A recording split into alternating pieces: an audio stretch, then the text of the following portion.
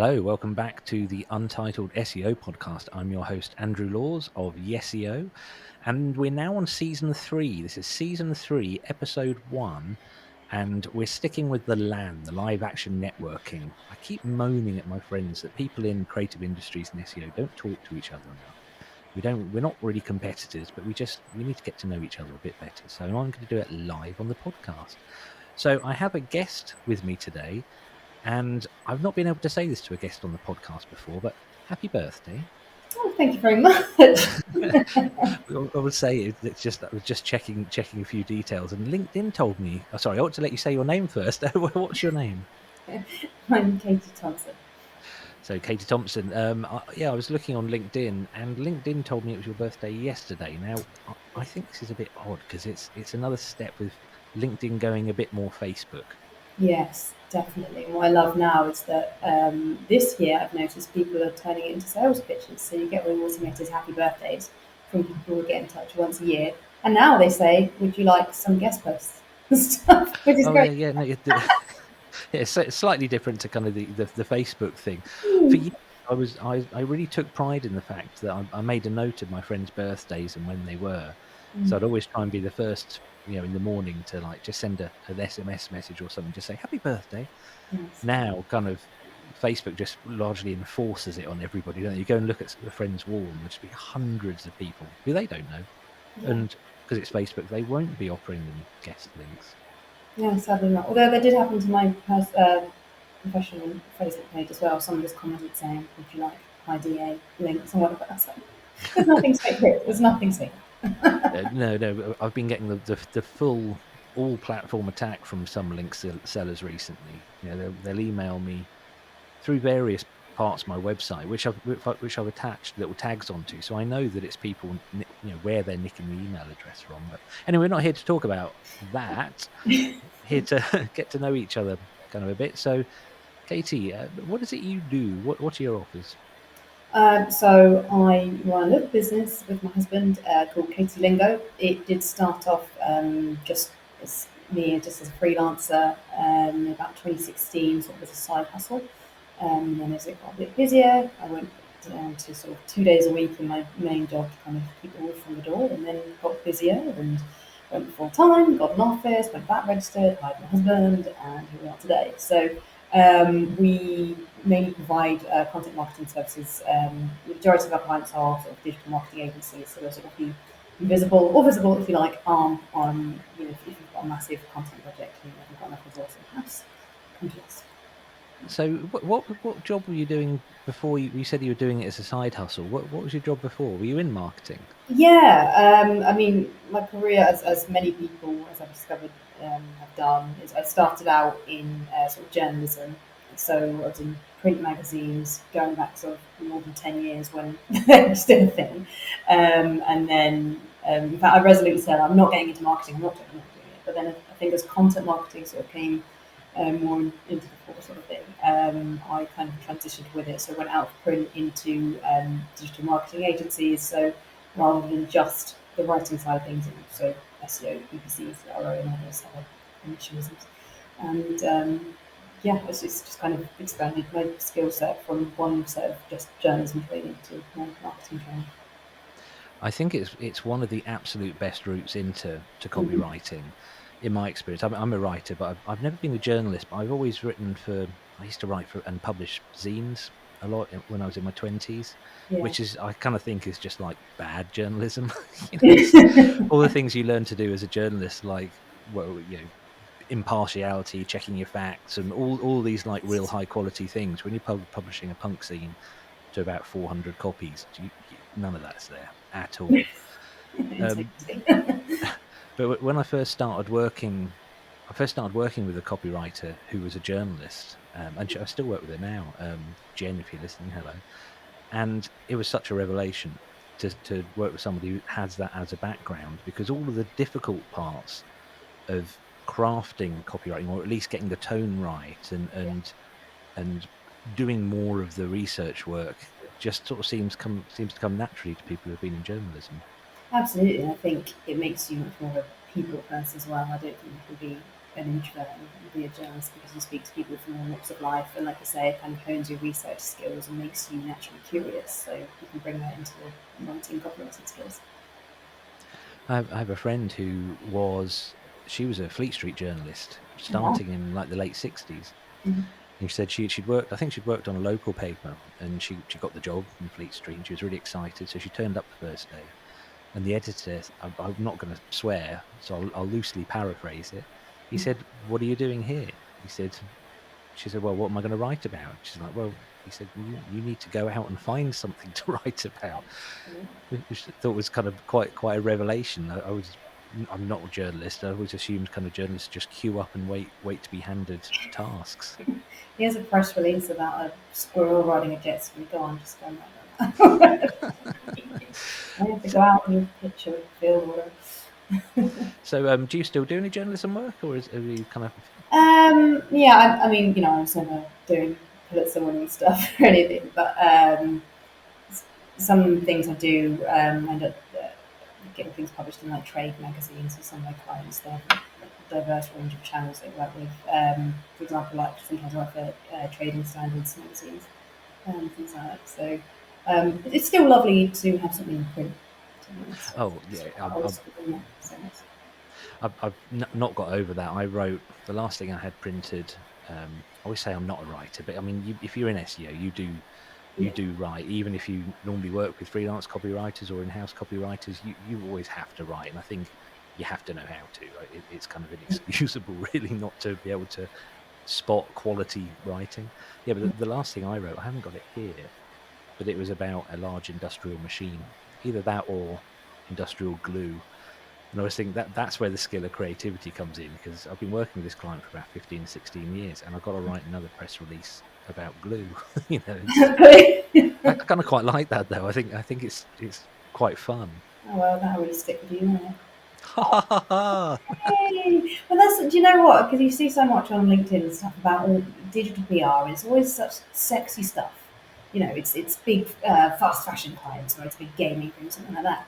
But I think real talent, no disrespect to any of that, but if you're a PR agency or someone specialising in just the dullest topics, then I tip my hat to you because Well, that's often, speaking brutally as a service provider, that's often where the money is. oh yeah, Because the journalist who works with me, she's also a hair expert. She writes for hair magazines, which there are loads apparently. As you can see, I don't read them. Sorry, it's an awful thing to say on a podcast that's not visual, but yeah, I've got the proper dad Brillo pad hair. And there's so many people clamoring to write for those kind of titles. Same things when I did more music writing.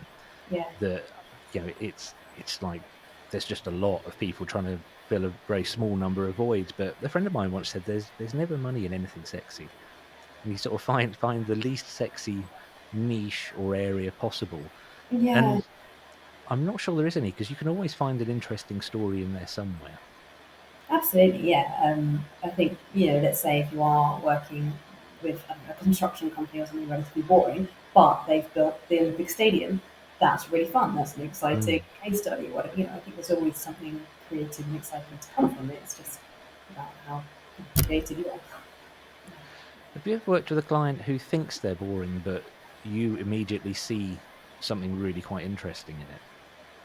Yeah, definitely. And I don't know what that has just made something spring to mind. It wasn't a client; it was actually a student.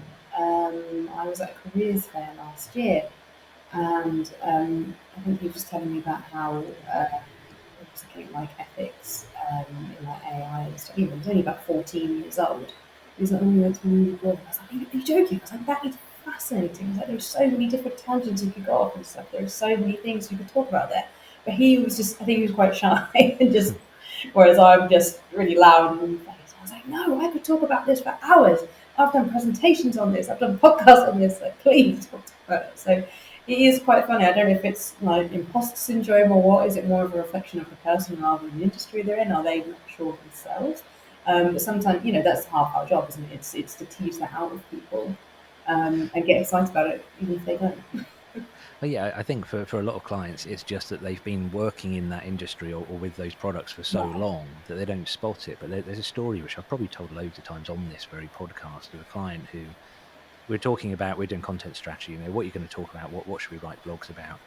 And he was like, I really don't think there's anything. And behind him on the wall, there was a picture of him stood next to, I think it was Guy Ritchie, and he was holding Guy Ritchie's Oscar.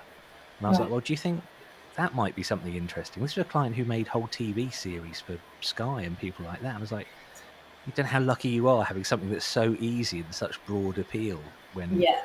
back to the old industrial adhesives again. They're going to hear this one day and go, why do you keep talking about us on the podcast?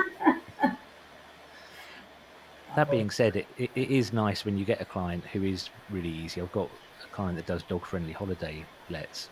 So we just put dogs on everything. That's, Yeah. Universal appeal. yeah. Better with dogs, yeah, I think. Or cats. I'm not fussy. I don't discriminate. Yeah, it's nice to get the easy one now and then. So I'm interested. Is your husband from a journalism background as well? No, he's not actually. He's always said that with his career, he's kind of just fallen into things by accident. Where I think we were raised differently. I was raised as one of 6 kids, and my parents were very ambitious and drilling things into me. Whereas he's one of 2 kids, and just had 2 really lovely parents who weren't living vicariously through him and just said, "Whatever makes you happy, son." So he has worked in all sorts. He's done accounting qualifications. He's worked in travel. He worked in IT, estate agents. But he found that he really had a knack for IT. So he did like a qualification in that as well, and he was working at a travel company, but went from reservations into IT and soon became the IT guy. So now he doesn't have any formal qualifications per se in writing, but he does have that sector expertise. So now whenever I'm writing anything really technical, I just know it comes a lot more naturally to him, like about data centers or something. He, he's already got the news on that sort of thing, whereas I would have to spend that much extra time researching it. So yeah, I've kind of I don't want to say I've taken him under a wing and taught him, but I have. But he's taught me a lot. We teach each other because that's it's working together and that's being like. My wife's a horticulturalist, and I think the idea of me working with her would terrify her. She doesn't Well, like me. She doesn't like me touching her tools. a lot of people say it, and I think I was definitely like that at the beginning. Very reluctant to kind of let go of the reins sort of thing. I was going, "Do you want me to change the brand name or anything?" And he was like, "No, no." He's like, "You're the extra. I'm the introvert. You can be the face." So now I say I'm the face and he's the brains. That's cool. So how long? So do you think you'll expand? Are you going to take on extra people? I'm not sure. I mean, as is many any freelancer will tell you, you get periods where you're just so busy. You go, I need stuff, but I guess I'm just driven by fear. And then, oh, what if I have a quiet month and I can't pay? To be honest, the term lifestyle business is something I only really came across maybe in sort of COVID times, being totally honest, and I just never heard of it as a concept. So he and I, yes, we would never say never, but we're quite happy having enough to have a roof over our heads, an office, and nice holidays, and feed our cats. So the risk of not sounding ambitious. No, I don't think that's it at all. There's like a default setting that most people running a business or working for themselves are Mm, expected to be, and I've been doing it for 23 years now, and it yeah, only occurred to me 2 or 3 years ago to sort of figure out how businesses are supposed to run because I just didn't know. yeah. I didn't know about purchase. I still don't know that much now. I apologise to my business coach who is listening to this. He's probably just bursting into tears. Mm. But no, yeah, there is a sort of an expectation. I don't know where that comes from. I don't know who it is. No one's ever like actually pushed me to try and make more money. I just don't want to still be working when I'm 100 years old. Well, this is it. Yeah, I mean, my husband Craig always says the goal is to be on a beach and have the business running itself. And I'm like, yeah, but also I get bored really easily and I really like my job. So I'm the control freak. So, somewhere in the middle, somewhere where I could rely on people and have more holidays. But I don't know. I think the life. I like the Mm, lifestyle job thing. I mean, both my team members, like a lot of SEO agencies, I work with loads of freelancers and have a relatively small team. Yeah. they're both only on a handful of hours a week, and that's because they got their parents have young children apart from anything else, so they don't want to work full time. And then I did the same when my child was young. There was no way I wanted to work full time. But the kind of the old cliche of well, my parents' generation, the baby boomers, of like, if you don't work yourself half to death by retirement, you've not succeeded. Like, nuts to that. I don't want to Yeah. do that. Oh, definitely. Yeah, I think that is, that sums up generation up to a T, doesn't it? So it's interesting now. I think particularly post COVID as well, people are actually reevaluating what's important in life, and well, your child's only going to take its first step once or whatever. You know, so no one ever wishes they worked more. That's what Craig always says on their deathbed. No one ever says they can wish they worked more. No, I don't think people will ever say, "I'm pleased that I missed all these things." Yeah. So did you start during COVID? No, no. I would say COVID was kind of a pivotal point for us. I mean, technically, it was, I started in 2016 whilst working in agency. Then I went down to about 2 days a week in 2018. And then just at the beginning of COVID, because the 2 day week job was in travel, and I was in marketing and travel, I got the call one day. Well, we can't sell any travel, so sorry. There's no point marketing it. I'm like, fair enough. It ended up that I was actually this poor woman on the other end of the line was like, I'm so sorry, I'm so sorry. And I ended up like reassuring her. I was like, it's fine. If anything, this means I have to go on guns and bellies. I have to go 5 days a week and it was a really pertinent time because obviously everything was online then anyway. So if anything, we were really busy. So I think just the stars aligned. Hmm. Uh, but yeah, touch wood. I don't want to say COVID wasn't good for anyone, but there were winners and losers, weren't there? Yeah, I think it presented some unique challenges, but the Yes. world, well, my world, I can only speak for myself really, Yeah. especially being in business, it works better now. I've Yes. got rid of my car because I used to drive all around the county Yeah. to have hour-long meetings with. I love my clients, I really do, but I Yeah. quite like the fact I don't lose half a day when I go and see them now. Yeah. This is it. Yeah. Now it's more kind of like a novelty if I'm going to go for a day out, or it's nice to go and visit on site. Like, I used to go around driving around dropping off Christmas presents and stuff, but I think I was just when I was a lot smaller. Not that I don't love everyone and you all deserve presents, but now we're also like a kind of sustainability first sort of mindset, aren't we? So you don't need Yeah, it. very cool. I was going to ask you some general questions about kind of Sure. finding business and Yeah. going about things. I meet a lot of copywriters in networking groups. Are you an active networker?